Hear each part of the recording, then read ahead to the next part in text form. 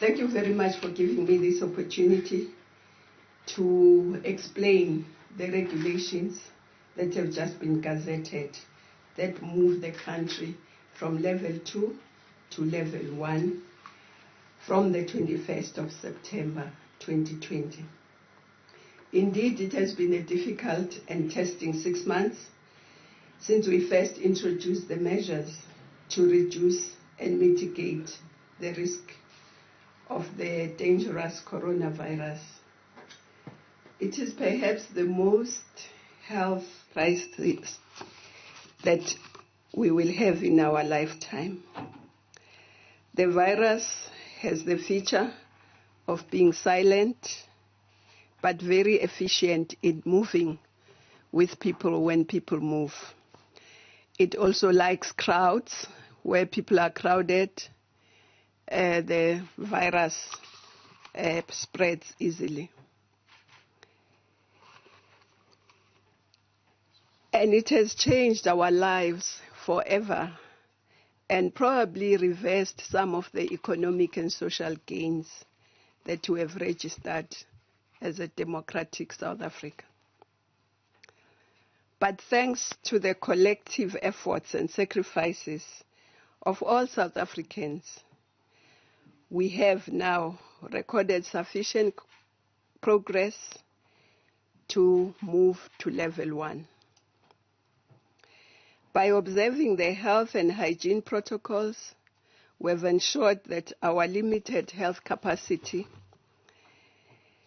is efficiently used and is sufficient for all those who needed care.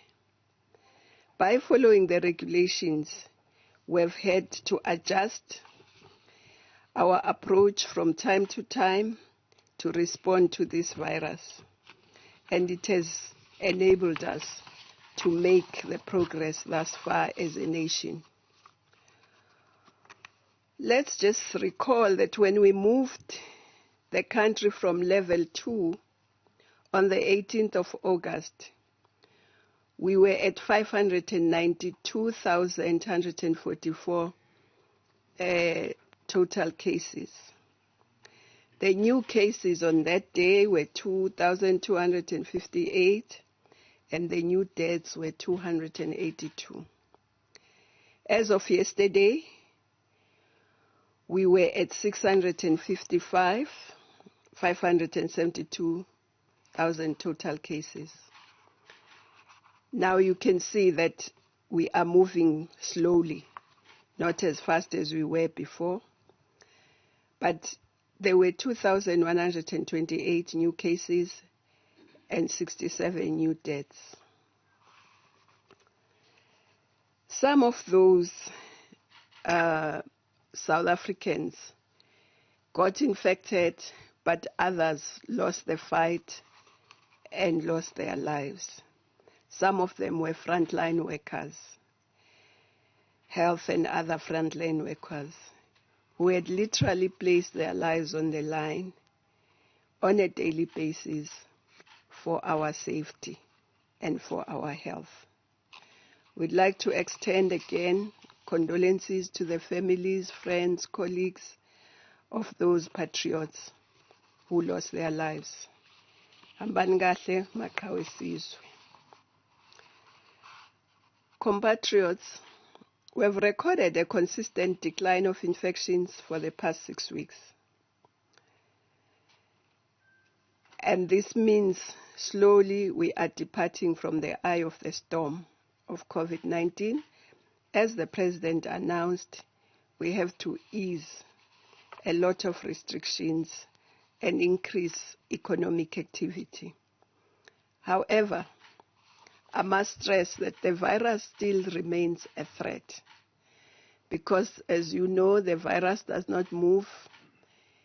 It's moved by the people.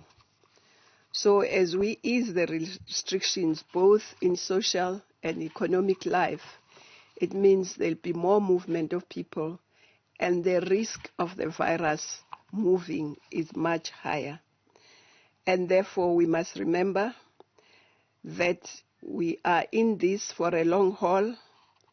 We must not allow fatigue and stress to take over. Instead, we must redouble our efforts and remember that we got here through immense individual and collective sacrifice, and we must continue to wash our hands, wear our masks, and social distance. But level 1 means that the rate of infection is lower and the readiness of the health system is higher. Now let's look at what is changing. If we look at funerals were at 50 people maximum. Now we are moving the funerals to 100 people. That's the maximum. But if your venue is small and cannot take 100 people at 1.5 meters apart, then you must use half the capacity of that venue. So I hope that is very clear, that 100 is the maximum, irrespective of the venue size. But if the size is small, then you use half the capacity of that venue. And the night vigils will remain as they are.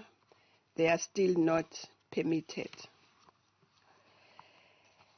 And when we come to the health protocols, they are still the same at funerals, 1.5 meters apart.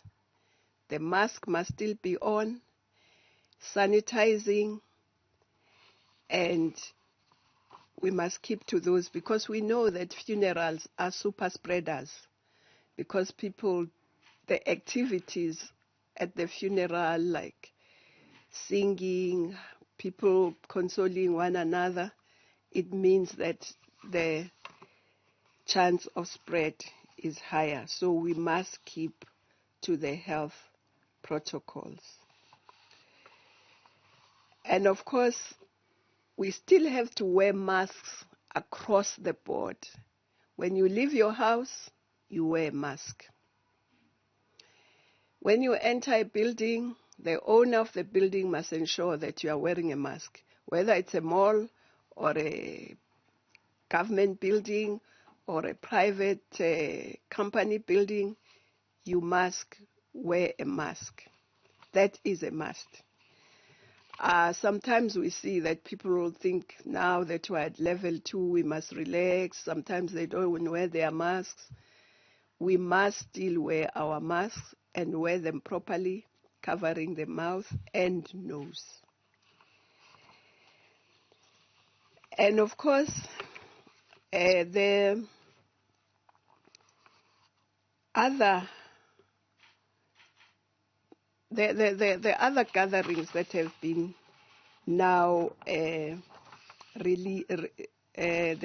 restricted are now released. It's the faith gatherings.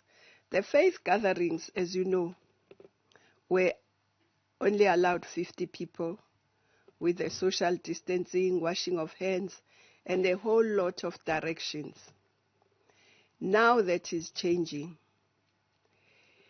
Now a maximum of 250 people are allowed in the venue for the faith gatherings.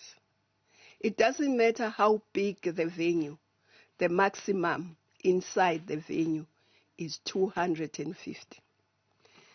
But if the venue is too small to accommodate 250 people at 1.5 meters, then it must be less. It must be half the size of that venue. I will repeat that. The maximum you can get in a venue is 250. Or less if your venue is small and cannot accommodate 250 with the social distancing. So if your venue can't allow the social distancing, then you cannot have 250. You'll have to have less than 250.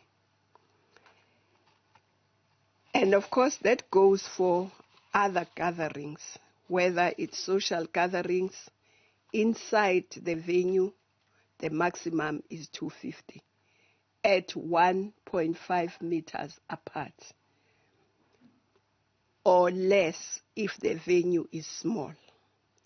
And if the venue is small, you can't have more than half the capacity of your venue. So I hope that has been clarified. Outdoors, if you have a venue outdoors, you cannot have more than 500 people outdoors. Whether it's a faith gathering, whether it's a social gathering, whether it's a whatever gathering, outdoors, no more than 500. But still at 1.5 meters apart, still with a mask, still with your hand washing, and we must observe all the health protocols. And then if we come to the gyms and all those activities that were only allowed 50 people, like the gyms, the health facilities for people who want to exercise and do all those things, there it's only 50% of the venue. 50% of the capacity of the venue. So all those economic activities that only allowed 50 people will now be at 50% of the venue.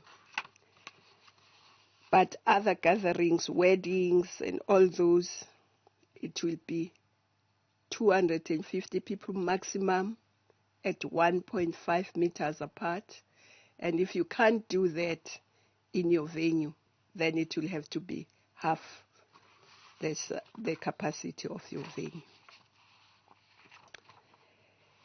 And then we come to international travel. International travel will be allowed from the 1st of October. International travel in the continent is allowed to all countries and from all countries. But other international travel, there would be a schedule of countries where the infections are high, who will not be allowed temporarily until such time that their infections come under control. But generally, it is allowed, except for those countries who will have high infections. And even for them, it's not permanent. It will depend on what happens to their infections. If they are under control, then they will also be allowed. So visa applications in our embassies will now be allowed.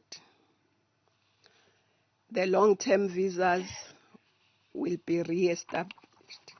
So the long-term visas people can then use from the 1st of October. The land borders, there were 18 land borders that were open, and they were open mainly for cargo, but now they'll be open for everything, for movement of people, for tourists, for everyone. The 18 land borders. The 35 land borders that were closed will remain closed. So we're just opening the 18 fully so that they can take traffic for tourists, for people who are coming for anything. So we must just remember that we must use the 18 borders that are open. When it comes to international airports, it will only be the three airports: OR Tambo, King Shaka, and Cape Town. Those are the three international airports that are going to be open. The commercial seaports will be open. All the commercial seaports will be open, but they will not be open for passengers for tourism. These cruise ships and so on, those are still not allowed to offload people on our shores.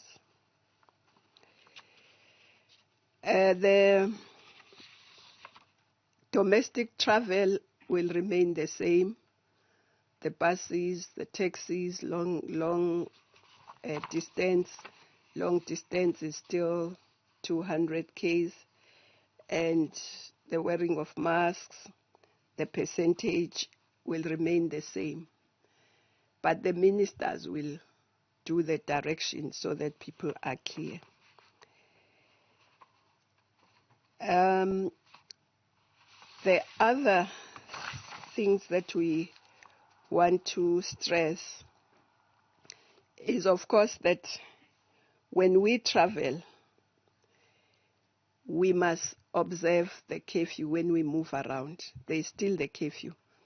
Remember that at level 5, we were under a 24-hour curfew. And then the hours of the curfew have been diminishing with the levels. At this level, level 1, the curfew will start at 1 minute past midnight and end at 4 in the morning. So there's fewer hours of the curfew compared to where we were at level 5. So, and of course, everything will be looked at from time to time. And the president also announced issues about gender-based violence, but those will be regulated by the normal laws. They are not. They will not be regulated by the Disaster Management Act. So they are not in our regulations, but they will be in the normal regulations of other acts. So we will rely on every single one of you. We'll rely on the members of the media. We'll rely on everybody to overcome this pandemic. We have not overcome it. We have improved. The numbers are going down, but we are not out of the woods yet. So we must just be clear about that. Maybe I will just close by quoting the Director General of WHO. And before I do that, I'll just remind you of the few things that are still not permitted. There are very few now. It's night vigils. It's the borders that I talked about, the 35 borders which are still closed. It's the nightclubs. They are still closed. The initiation schools are still closed, but we'll be discussing those matters with the traditional leaders. But for now, they are still closed. The passenger ships for international leisure are still closed, as I said. Sports spectators are still not allowed. International sports is still not allowed. So, and then education, the education ministers will always deal with that in the directions. So I would like to just close by quoting the DG of WHO when he said last month, I'll quote, "We're asking everyone to treat the decision about where to go, why they do, and who they meet with as a life and death decision, because they are. It may not be your life, but your choice could be the difference between life and death of someone you love or for a complete stranger. So when you decide to leave your house, just think that you are taking a life and death decision, either for yourself or for someone you love or someone you don't know. Even as we visit our relatives and friends, we must remember that the older people are still at a higher risk and they may have comorbidities, and therefore we must protect them by wearing our mask and social distancing. Doesn't mean that you don't love the person, your mother, your father, your grandmother, your grandfather, your aunt, uncle, friends. If you don't hug them, you are protecting them. Because you may be fine, but you may be carrying the virus not knowing, because some of the people are asymptomatic. So you may be going around feeling well, having no symptoms, but you could be spreading it around. So a mask will protect them. Social distancing will protect them. So I thank you